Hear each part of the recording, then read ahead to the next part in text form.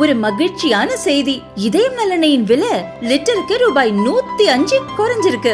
September 2023ல 1 litre இதயம் நல்லெண்ணெயின் அதிகபட்ச விலை ரூபாய் 503. ஆனா இப்ப 1 லிட்டர் இதயம் நல்லெண்ணெயின் விலை ரூபாய் 398 மட்டும்தான் தமிழ்நாட்டுல. அப்ப இனிமே எல்லாரும் இதயம் நல்லெண்ணெய் வாங்கலாம் இல்ல?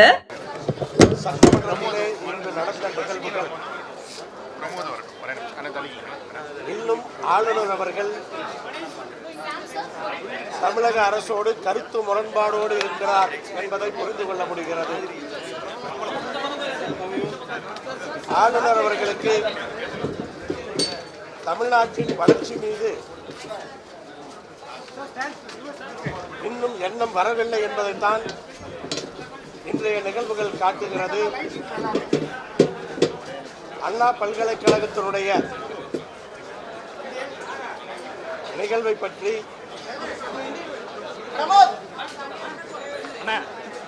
சட்டமன்றத்திலே சட்டமன்ற எதிர்க்கட்சி உறுப்பினர்கள் வேகமாக நடவடிக்கை வேண்டும் என்று நினைப்பவர்கள்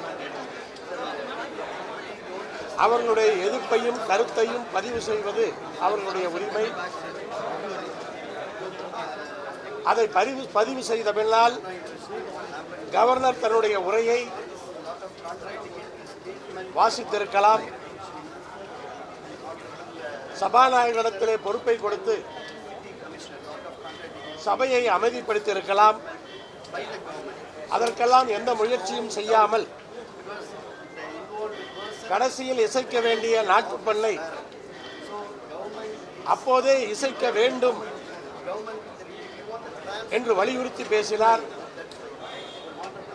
தேசிய கீதத்திற்கு மதிப்பளிக்க வேண்டும் என்று சொன்னார். சென்ற ஆண்டு ஆளுநர் அவர்கள் நடந்து கொண்ட விதம் யாரும் மறந்திருக்க வாய்ப்பில்லை. தேசிய கீதம் வாசிக்கும் பொழுதே நடந்து சென்றவர் தான் ஆளுநர். அப்படிப்பட்டவர் இன்றைக்கு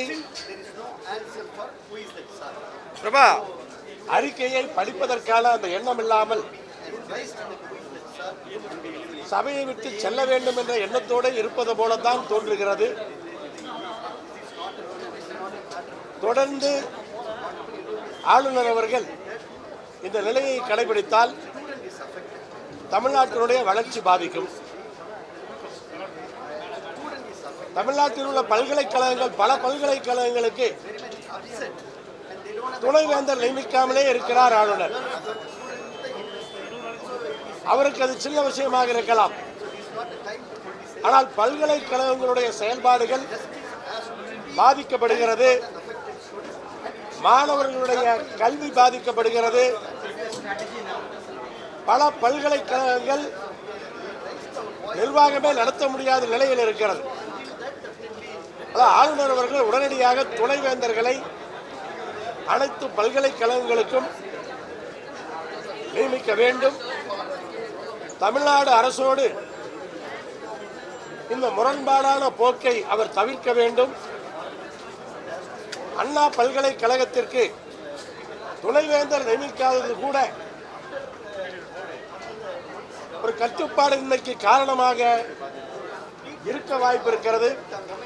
அதையெல்லாம் புரிந்து கொண்டு ஆளுநர் அவர்கள் தமிழ்நாட்டினுடைய வளர்ச்சியிலே பங்கு கொள்ள வேண்டும்.